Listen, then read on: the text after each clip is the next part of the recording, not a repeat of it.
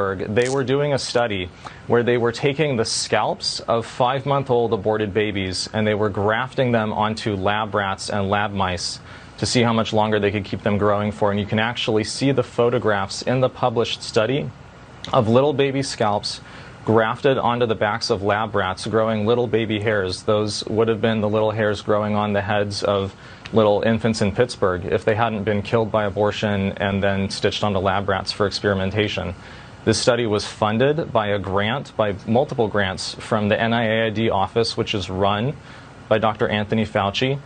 And when I was undercover, Planned Parenthood abortion providers told me that they were the ones who were supplying the aborted baby body parts for experiments at the University of Pittsburgh. It's one of those stories we almost hesitated to do because it is so grotesque, but it seemed like in the public interest to tell the truth about what's happening. Has Fauci absolutely accounted for this?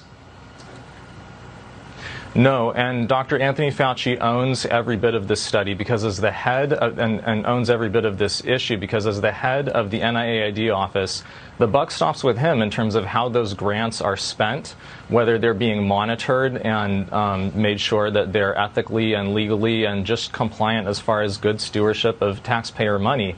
The fact that they were using scalps from 5-month-old aborted babies, that means that the heads of those children probably needed to be intact in order to get the scalps, which is an indication that those are either partial birth abortion or even infants delivered alive and whole. Did anybody at Dr. Fauci's office ever ask the researchers at Pittsburgh, hey, how are you getting those scalps? How are you getting whole scalps from the heads of fetuses without a partial birth abortion?